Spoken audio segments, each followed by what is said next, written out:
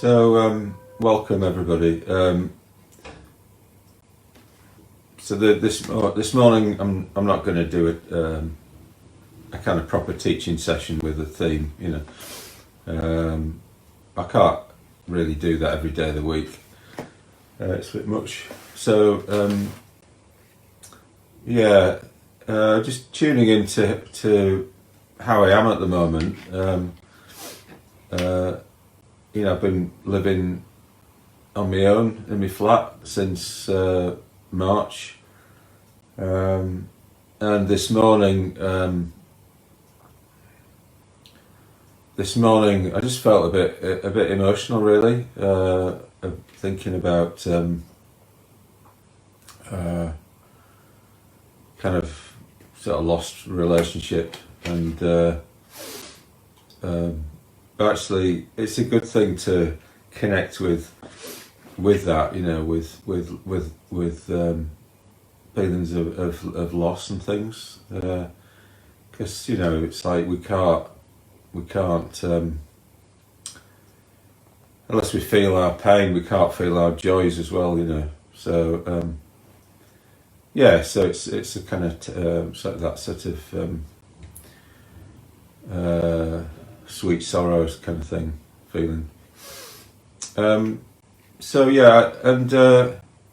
Monday there was a session. I was on order convention, the order that I belong to. And we had a convention, and there was a session on Monday where one of my fellow order members, Nagasidi, he was showing these images. He makes these sculptures that are kind of really he calls them curiosities, and they're like stories in themselves, it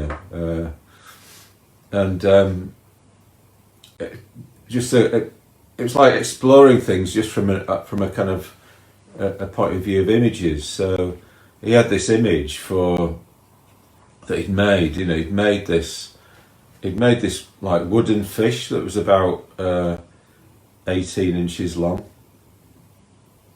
really beautifully made, But in the centre of the fish was like a hole that went right the way through it, and inside the inside the hole was it was like a little ocean with a starry sky, and a little tiny boat in there, so it's almost like an ocean within a fish, and he said that the inspiration for that had come from the myth of Noah. So Noah what's the story again now? Something like Noah, like God asked him to do something, and then he didn't want to do it. He wanted to go in the other direction. So he went in the other direction. Then this big fish swallowed him up and kind of took him back in the direction he should have been going in. Nagasidi said that this for him was a bit like the idea of spiritual death. So with spiritual death, it's like just getting used to the facts of life. That things are impermanent, and we don't always go to plan and all that sort of thing. There's suffering in life, there's loss in life, and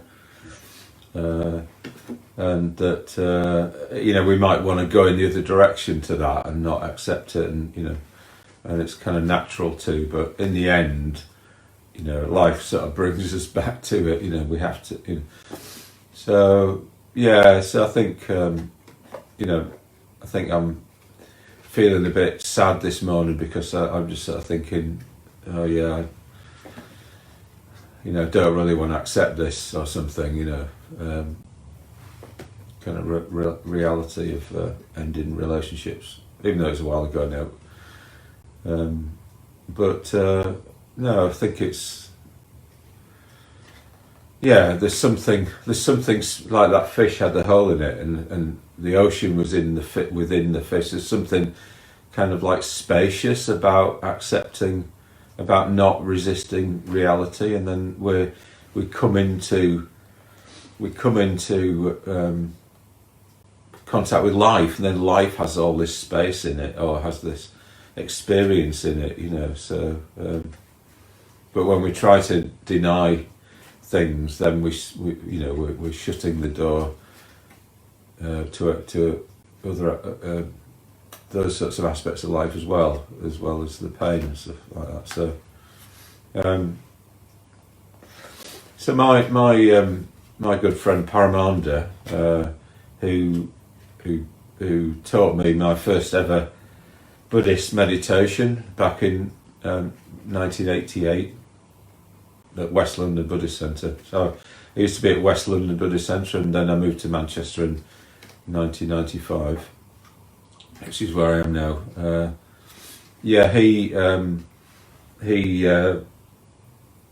He's good friends with Nagasidi as well, and does lots of retreats at Rivendell Retreat Centre, and a lot of his teaching focuses on, well, he brings in poetry and recites poetry from memory and that. So I'm often, I used to support those retreats, and I'd often be sat next to him. He'd be reciting from memory a poem. So this is one poem that he recited from memory. It's called "Lucky" by Tony Hoagland.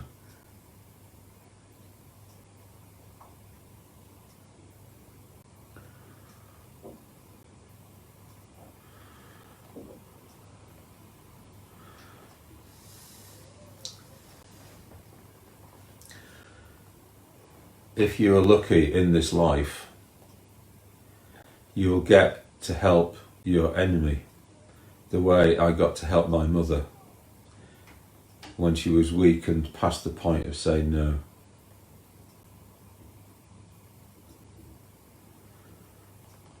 Into the big enamel tub half filled with water, which I had made just right, I lowered the childish skeleton she had become. Her eyelids fluttered as I soaked and rinsed her belly and her chest, the sorry ruins of her flanks and the frayed grey cloud between her legs. Some nights, sitting by her bed, book open in my lap, while I listened to the air move thickly in and out of her dark lungs, my mind filled up with praise, as lush as music. Amazed at the symmetry and look that would offer me the chance to pay my heavy debt of punishment and love with love and punishment. And once I held her dripping wet in the uncomfortable air between the wheelchair and the tub until she begged me like a child to stop. An act of cruelty which we both understood was the ancient irresistible rejoicing of power over weakness. If you are lucky in this life, you'll get to raise the spoon of pristine frosty ice cream to the trusting creature mouth of your old enemy. Because the taste buds at least are not broken, because there is a bond between you, as sweet, and sweet is sweet in any language.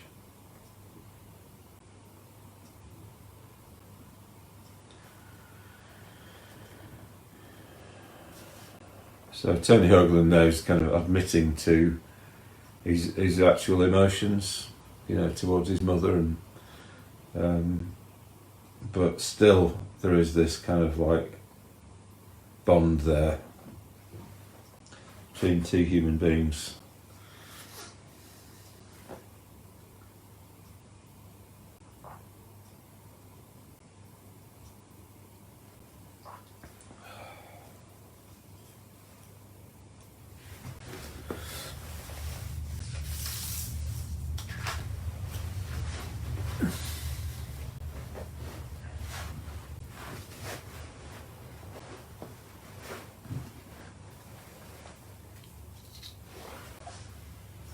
So what we're going to do this morning, I'm not going to do any body work. I'm not quite in the mood for it, really.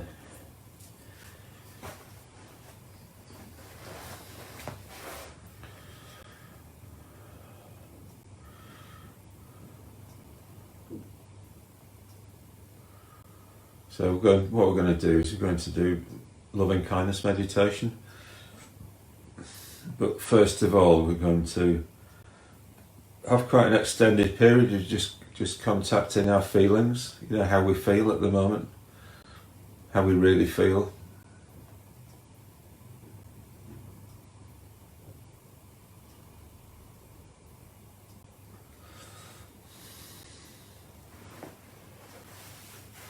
So sitting in a way where you can be comfortable, and in terms of your body, just let your body just sit there. Don't have a sense of holding it up through an act of will. It will just sit there on its own, and all you need to do is to just balance your spine so that the weight goes down as directly as it can into the ground.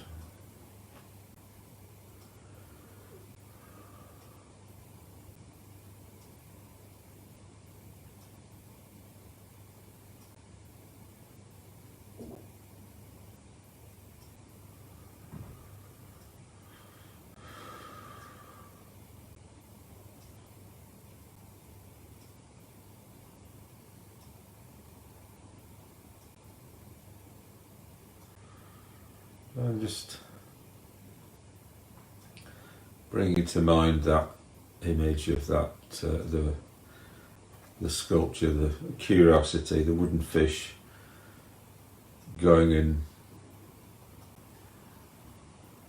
moving away from, wanting to move away from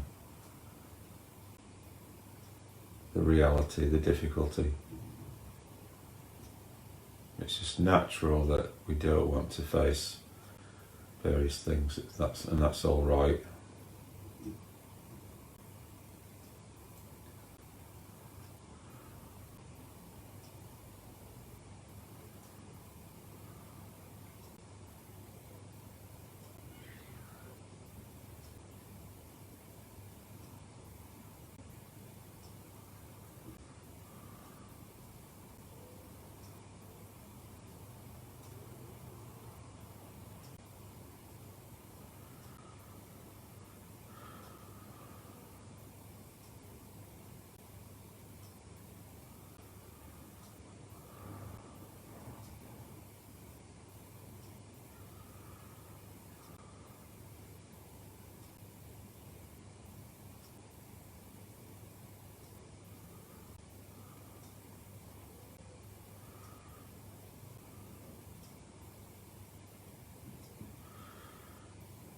But also bearing in mind that in that image, inside the fish is this ocean with a starry sky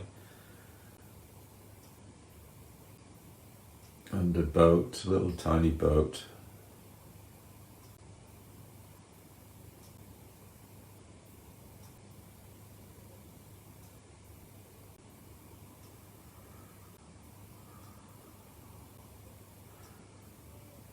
So even though we don't sometimes want to look, the world will eventually draw us back to a full experience of itself.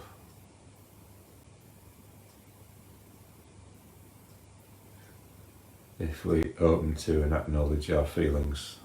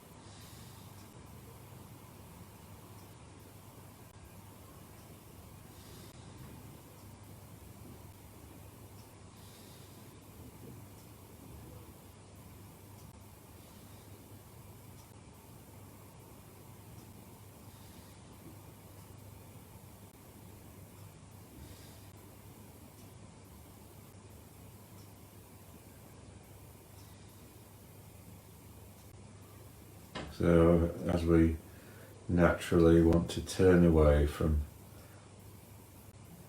any sort of painful feelings that are there, with a sense of any sense of loss, we want to go in the other direction.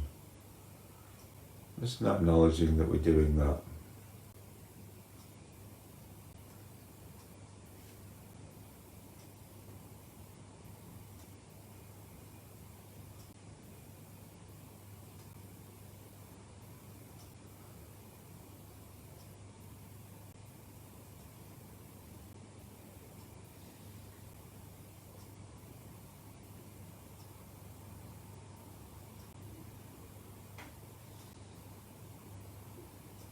And just try to stay in touch with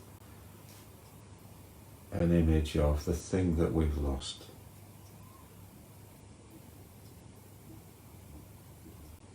And the feelings associated with that.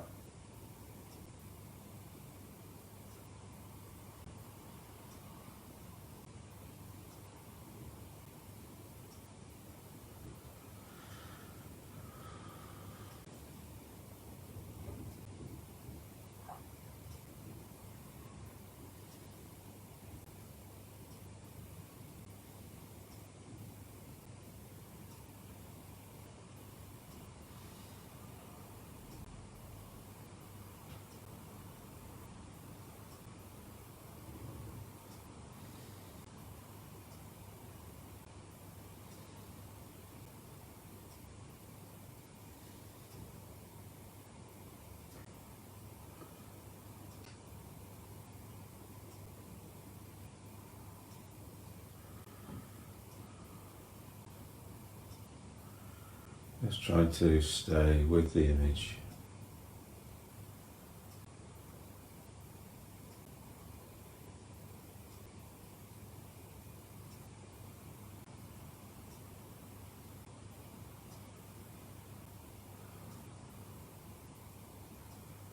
So staying with the image helps us stay with our emotions, because our emotions are often more easily relate to images than they do facts and ideas.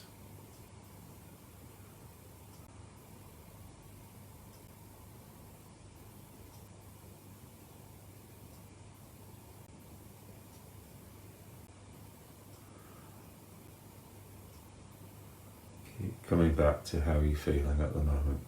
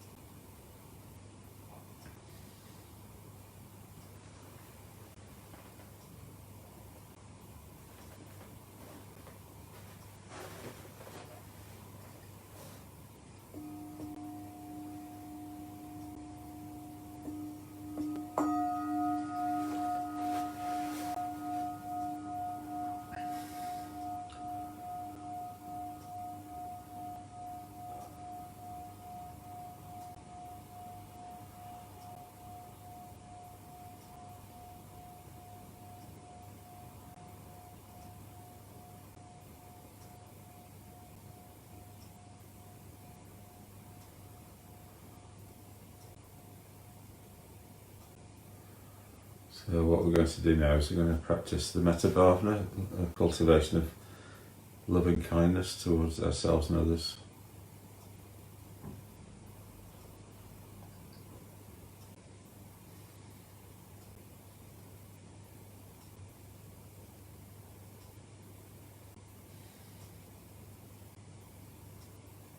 So again, just acknowledging how we're actually feeling at the moment.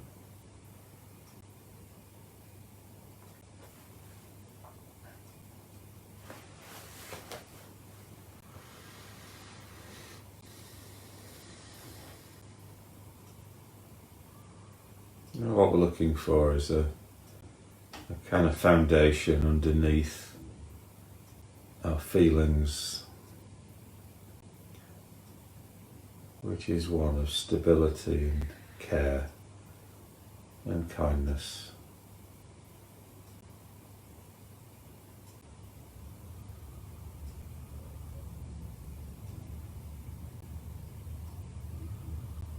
So being aware of our body,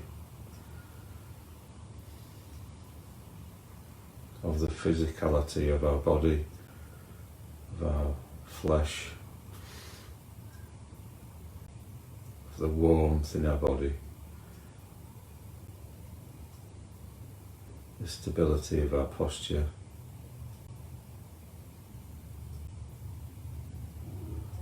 All of that bringing a sense of presence to our feelings.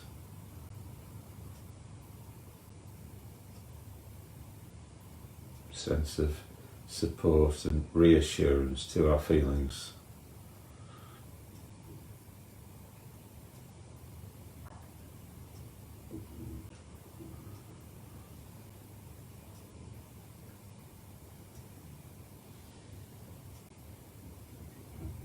Being in the roundness of our belly.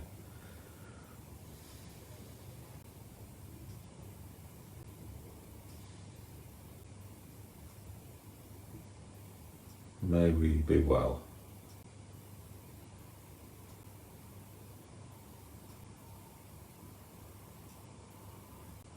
So, having a sense of that sentiment, not as an idea, but as almost a physical support,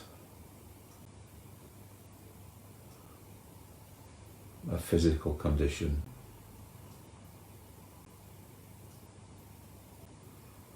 Something strong and stable.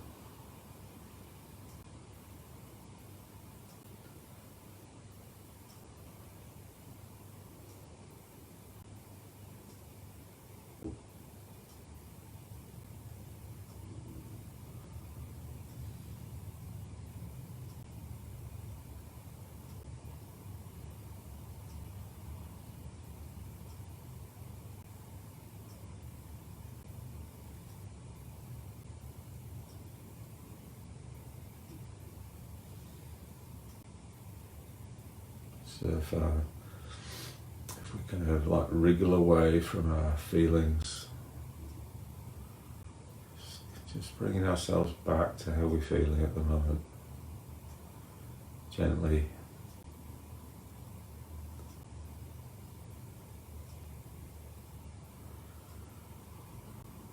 Putting them front and centre.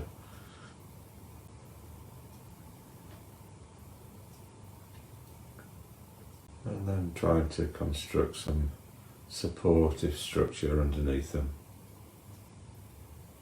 May we be well.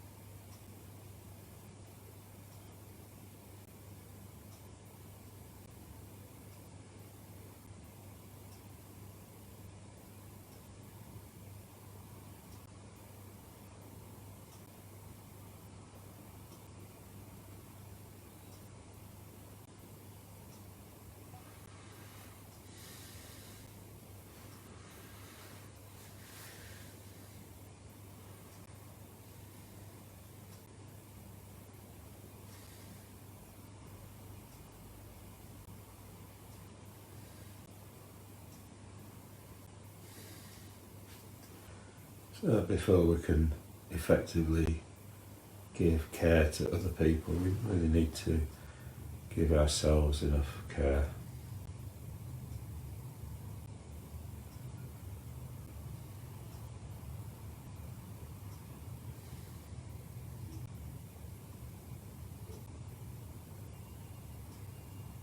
Enough time and space and attention.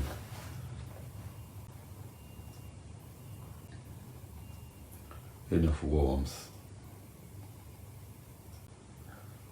May we be well.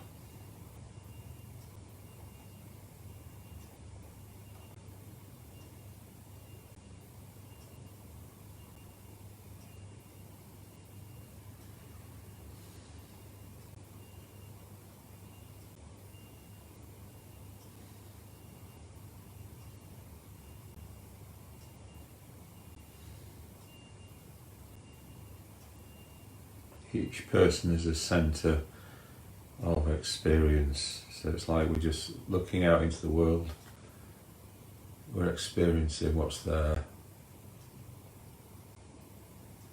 We can't get away from that.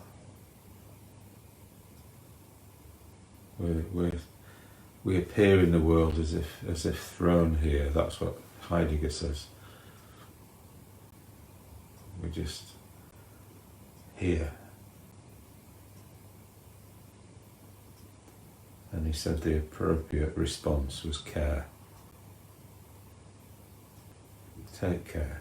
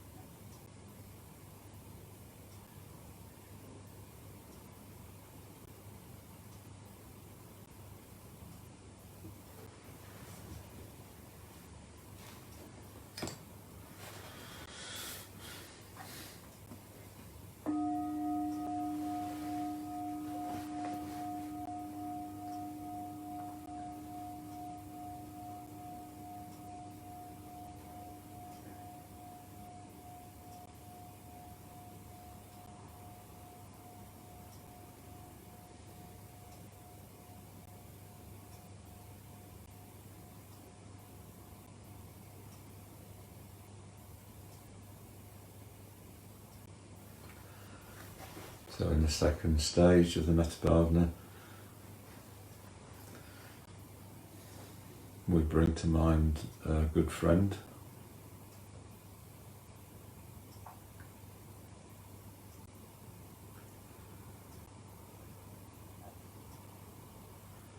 And maybe bring to mind our friend in terms of how they feel at the moment.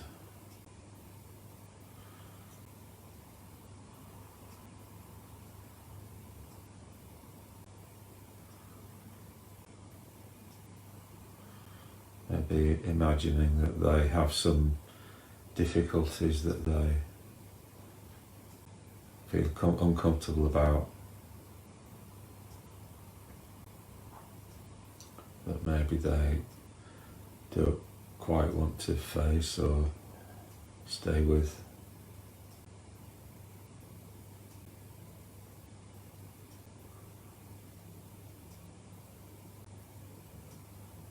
Maybe their life is mixed. So things are often a mixed bag, aren't they? You know, joys and sorrows.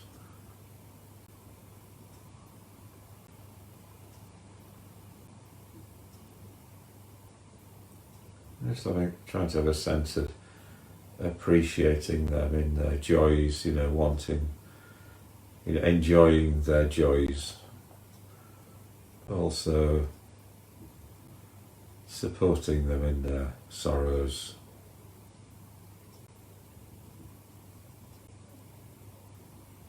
Try to imagine building a foundation in our meditation underneath them, as if we're sort of supporting them.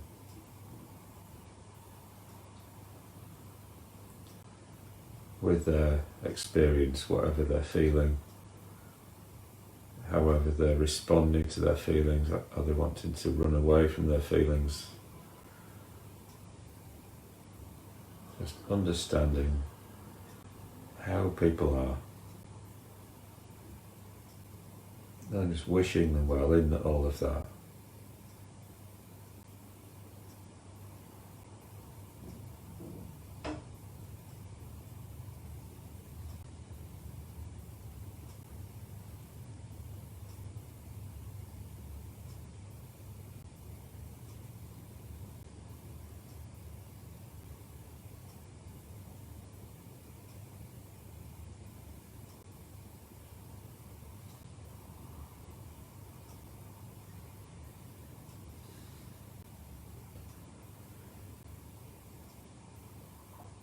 So if you start to experience instability in your meditation, like, just keep coming back to letting your body just sit there, balancing your spine,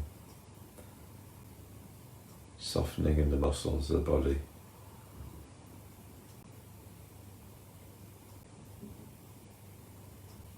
Just allowing the bulk of your body, the physicality of your body to feel like it's something you can rest on, something you can feel supported by under all circumstances.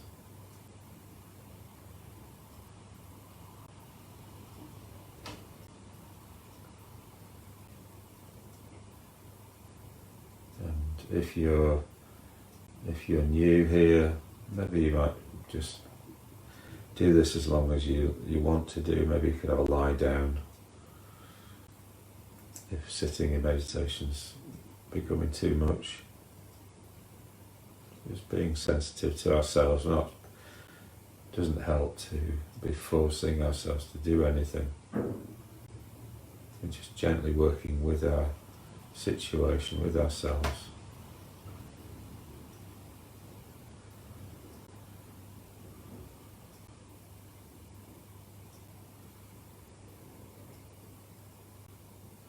So enveloping our friend in support, in warmth, in attention. May they be well.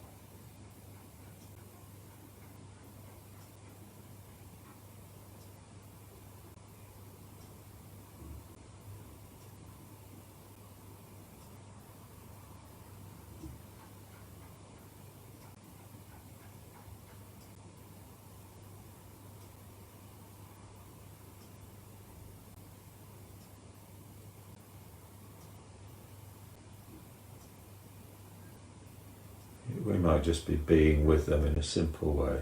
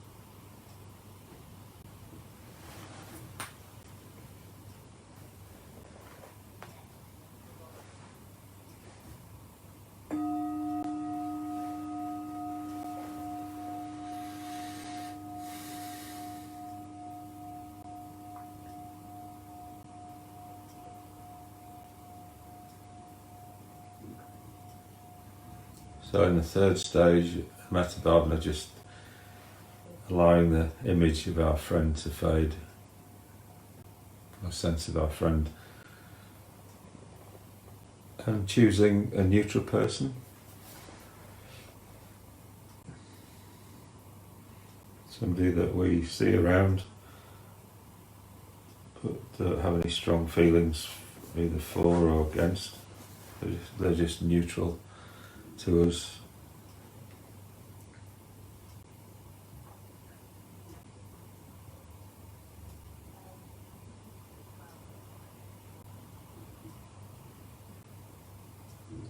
trying to imagine the neutral person as a feeling being.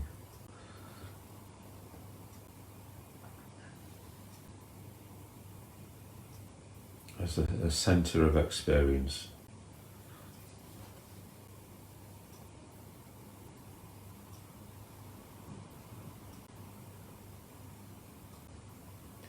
A centre of experience that they can never be separate from.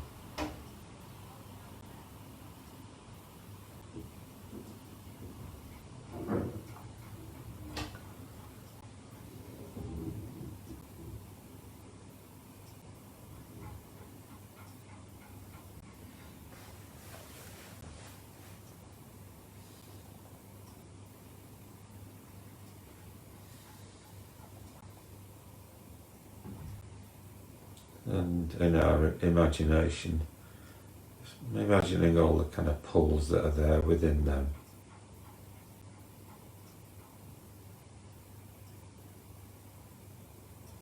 A desire to maybe avoid pain,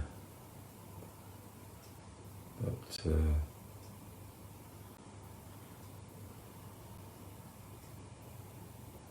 know that maybe sometimes that doesn't work.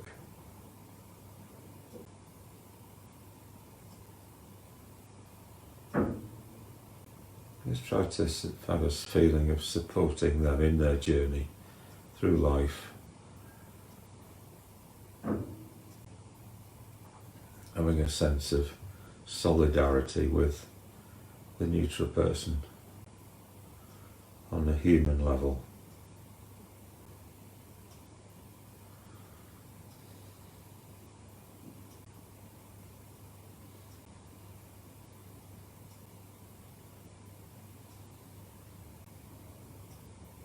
So we're human, we can't get away from that. They're human, they can't get away from that.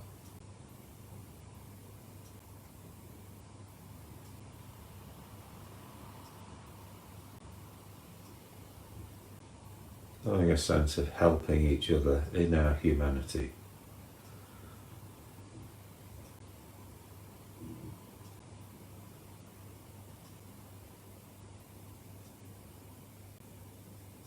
Or at least trying to remember that that is what we're trying to do.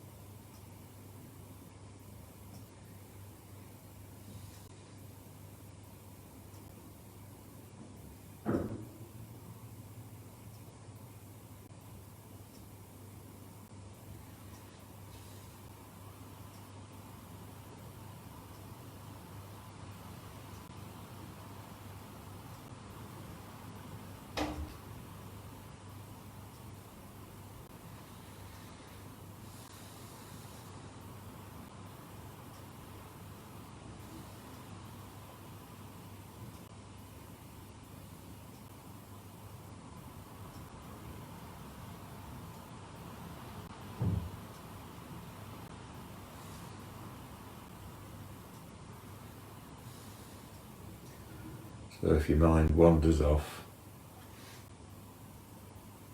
drifts off,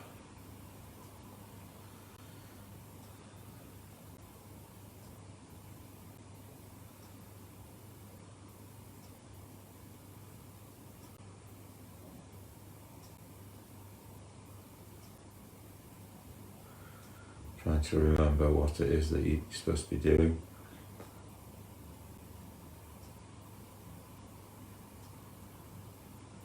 Just trying to bring back the humanity of the neutral person into focus.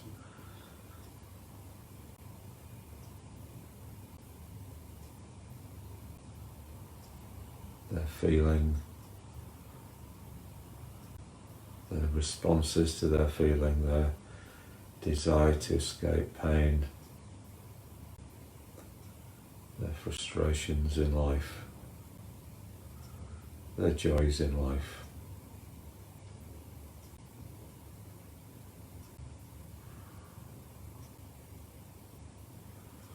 I'm trying to put some sort of support underneath them in your mind, in your imagination, like you would want to be there for them. Maybe even thinking in terms of your physicality, being there for them in body.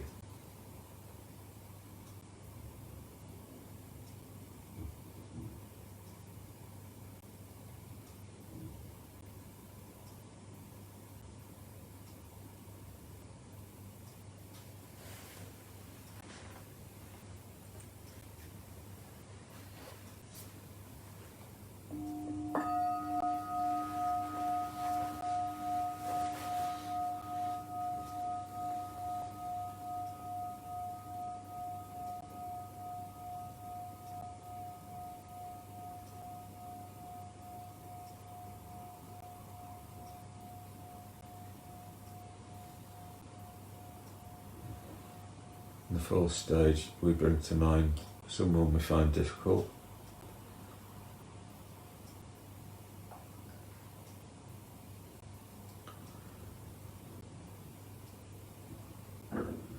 So just bearing in mind that anyone that we find difficult is still looking out into the world,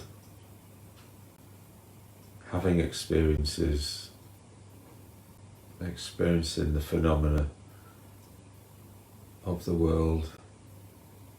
They can never get away from that. They have to struggle with all of that, everything that's presented to them.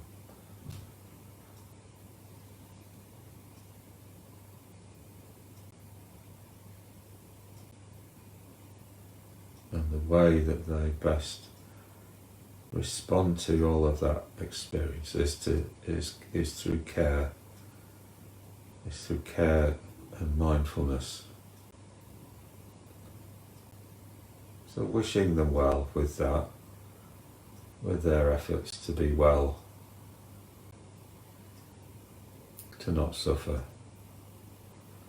to cope with the slings and arrows of outrageous fortune.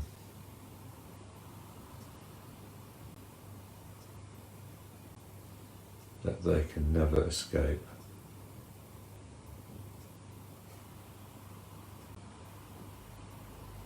Just having a sense of being there with them, supporting them, having a physical sense to that support.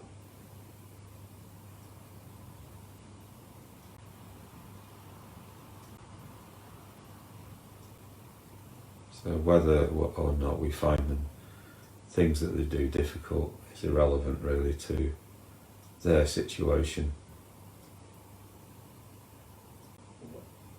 their need for support.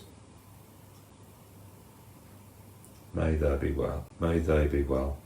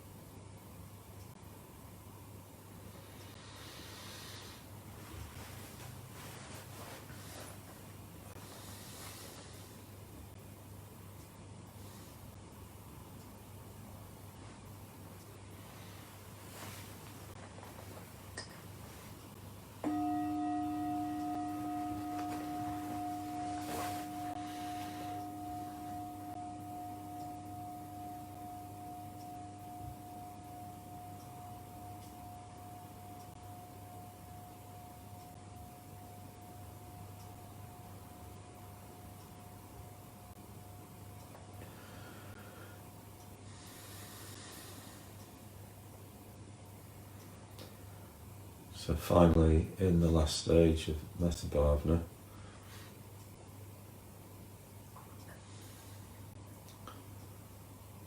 we've considered different types of people ourselves, people that we're friendly with, people that are neutral, people that we struggle with, and tried to see the common humanity, feel solidarity with all four.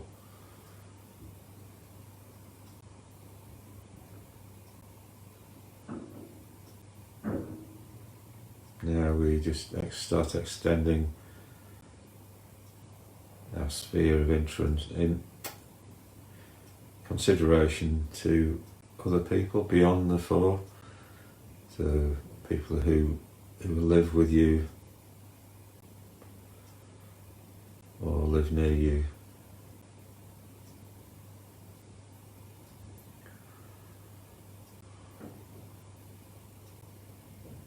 Seeing how they are just centres of experience. They're looking out into the world of experience. They cannot get away from that.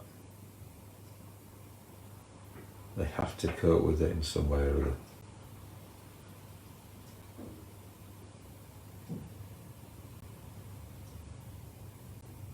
Maybe some people are better at coping than others.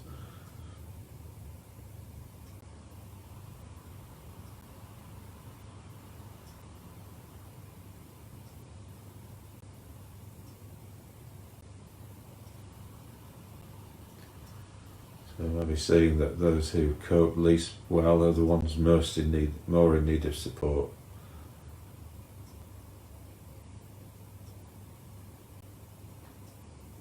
So just allowing your compassion to move outwards towards those people, enveloping those people.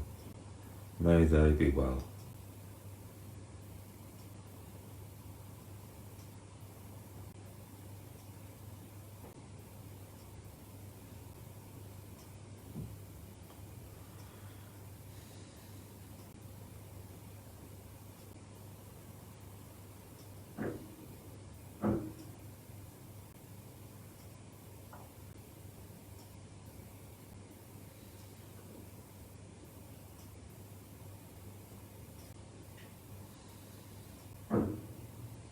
And just keep going, include more people, so people in the local area, seeing them all as centres of experience that they can never escape from, wishing them well with how they cope with life.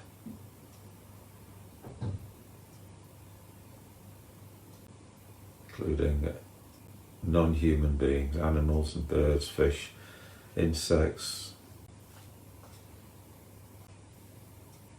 all life everywhere. Seeing how every bit of life everywhere cannot escape its situation. It has to deal with it. So may it be well. May it do well in that. May it manage to cope. May it find a way of thriving within the confines of life.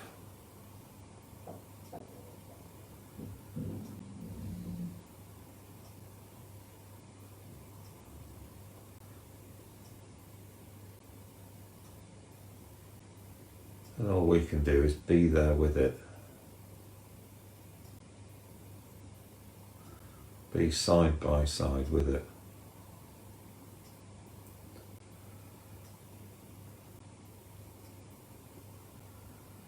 Be side by side with whatever beings are near us and around us. May they be well.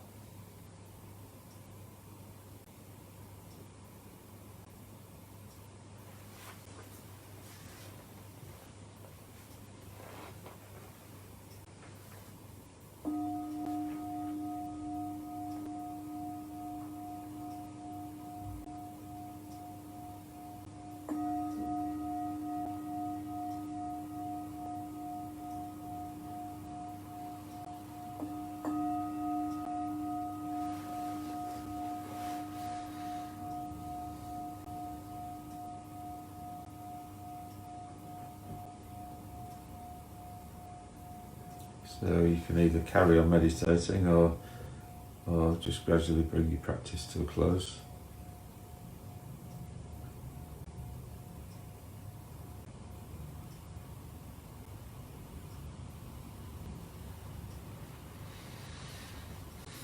And I wish you all happiness and prosperity for the day. Thank you.